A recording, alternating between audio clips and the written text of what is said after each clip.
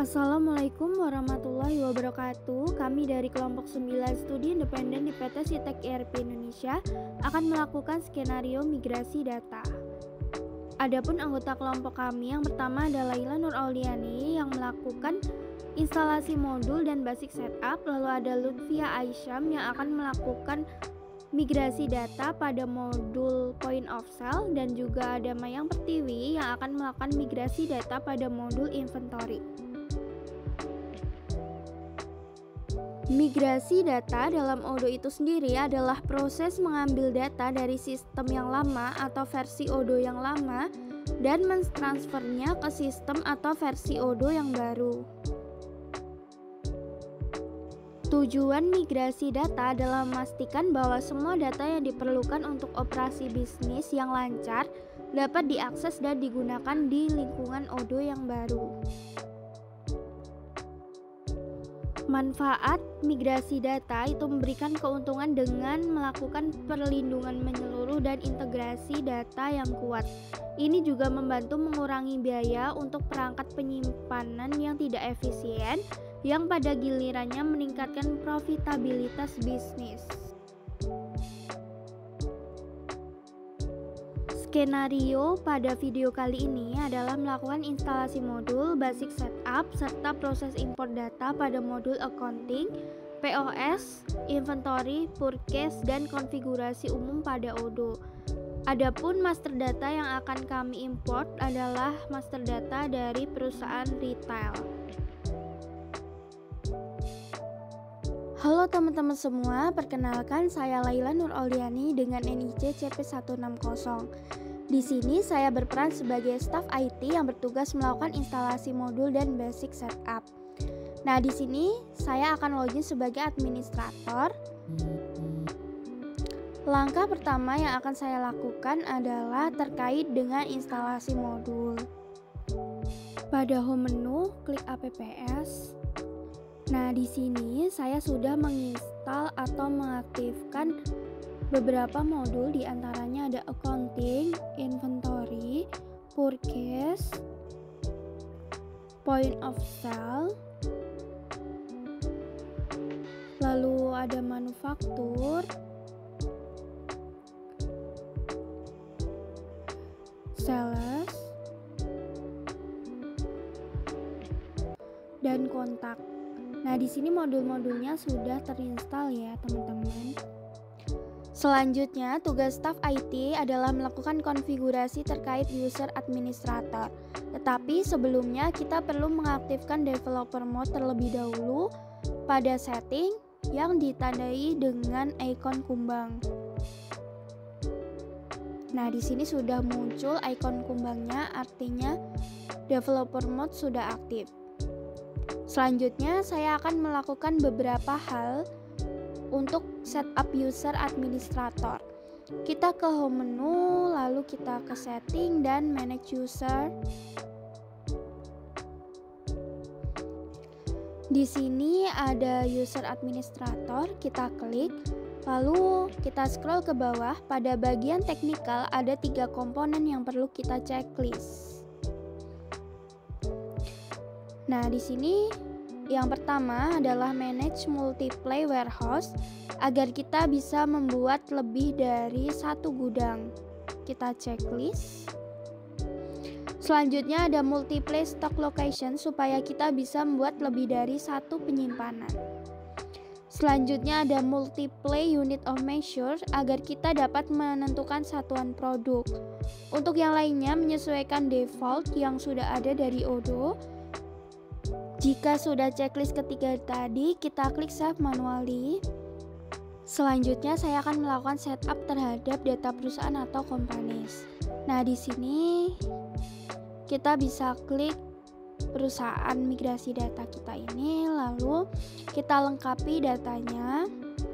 Nah, di sini saya sudah melengkapi data untuk alamatnya di Saudi Arabia dan currency atau mata uangnya ini menggunakan mata uang Saudi Arabia. Nah, di sini bisa kita search Saudi Arabia. Selanjutnya kita bisa melengkapi phone, mobile, email, website, dan lain-lain. Jika sudah melengkapi data, jangan lupa klik Save Manually. Selanjutnya, saya akan melakukan setup bahasa dan format angka agar tampilan angka itu sesuai keinginan. Kita masuk ke menu Setting, Translation, lalu ke bagian Language. Kita pilih yang bahasa Inggris. Lalu di sini separator formatnya kita tambahkan 0,3 supaya format angka dipisahkan menggunakan tanda per 3 digit. Untuk format lainnya bisa disesuaikan dengan keinginan. Selanjutnya, kita akan melakukan konfigurasi atau setting untuk setiap modul yang terlibat. Nah, di sini kita sudah masuk pada setting. Pada general setting, kita masih menyesuaikan default yang ada pada Odoo. Nah, selanjutnya kita akan melakukan setting pada modul purchase.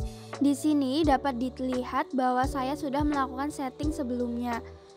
Pada bagian order, di sini saya sudah menceklis purchase order approval dengan minimal amount kosong. Lalu saya juga sudah menceklis warnings atau peringatan. Selanjutnya ada receive reminder, ada log confirm order, dan purchase agreement. Pada bagian invoicing, saya sudah checklist bill control receive quantities. Pada bagian produk, di sini saya checklist varians, lalu produk packaging, dan varian grid and try. Nah, itu saja setting untuk modul purchase. Next, kita akan melakukan setting dan konfigurasi pada modul inventory. Nah, di sini dapat dilihat terkait operation, kita akan menceklis package atau meletakkan produk dalam packing, lalu checklist warning atau peringatan, checklist receive report, batch transfer dengan wave transfer, lalu pada bagian shipping, di sini saya menceklis email confirmation dan SMS confirmation. Pada bagian shipping connect store, ini tidak ada yang diceklis. Pada bagian produk kita checklist seperti tadi varian, produk packaging, dan unit of measure. Pada traceability di sini saya menceklis lots and serial number. Lalu display lot and serial number on delivery slips, consignment, dan expiration date.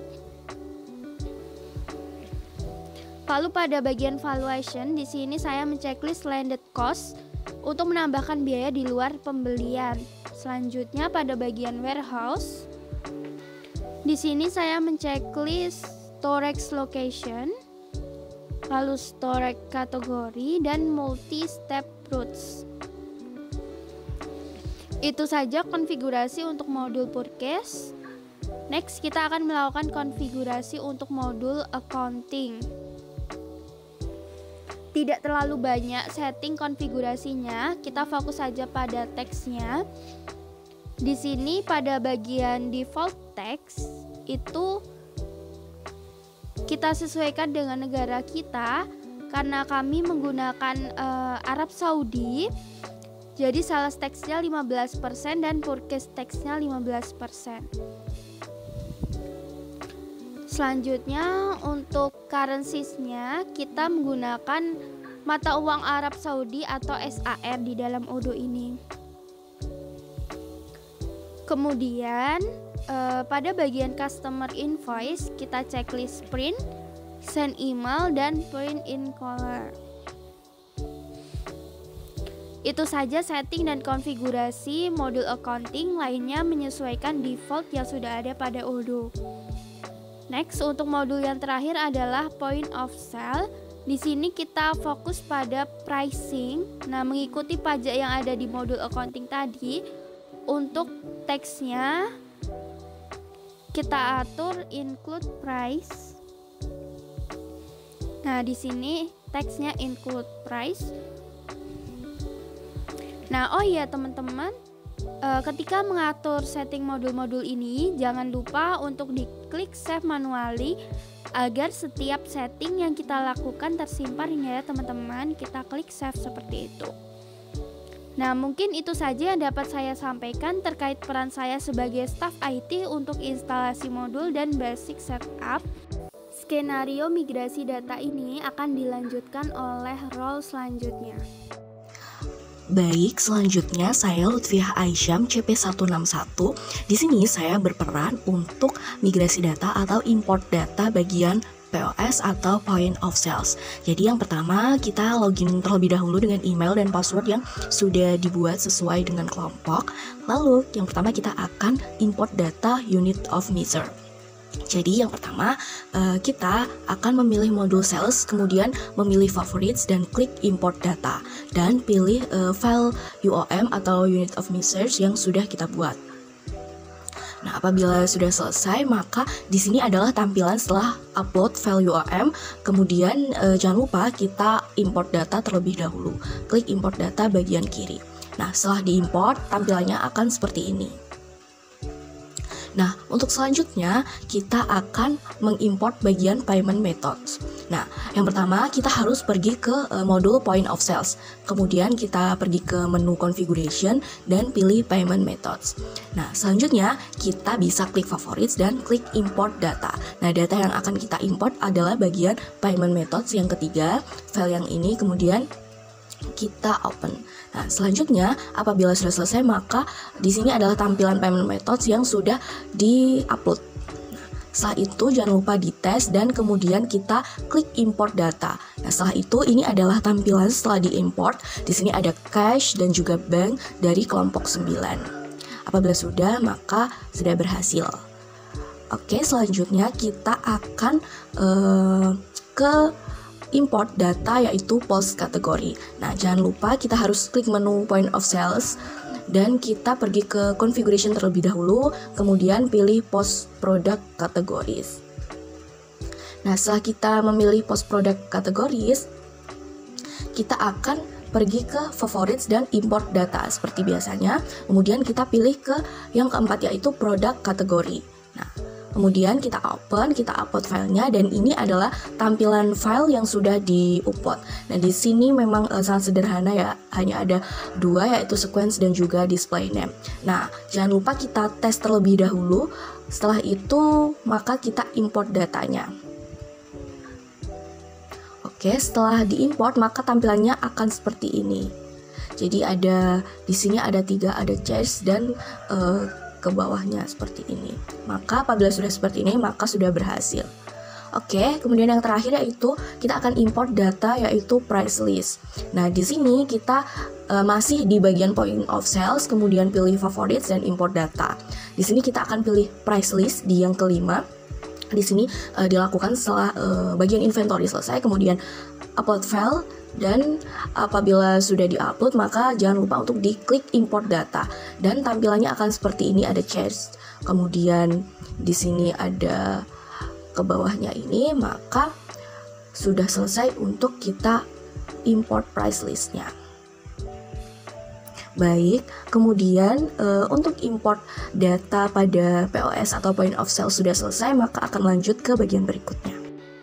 Baik, selanjutnya di sini saya dengan NIC CP163 atas nama Mayang akan berperan sebagai inventory. Nah, tugas saya di sini yaitu melakukan import data bagian modul inventory serta nantinya akan melakukan backup database. Dan di sini saya akan mencoba login pada akun yang telah dibuatkan user sebelumnya, kemudian saya klik login.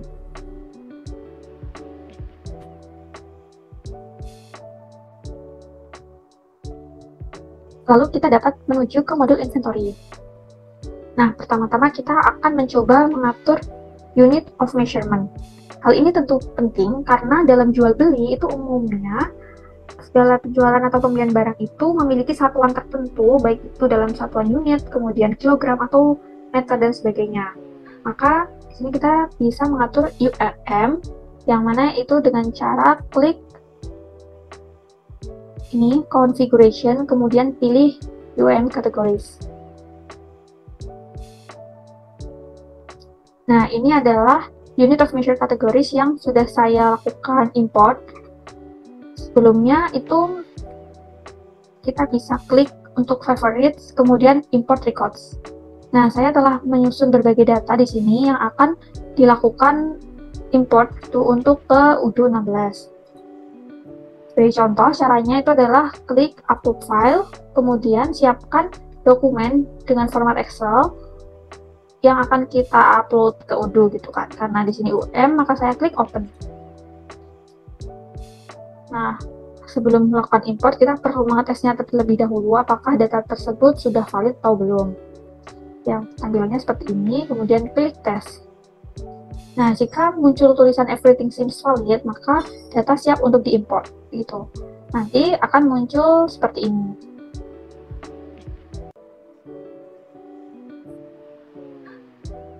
Selanjutnya yaitu kita akan melakukan setting kategori produk.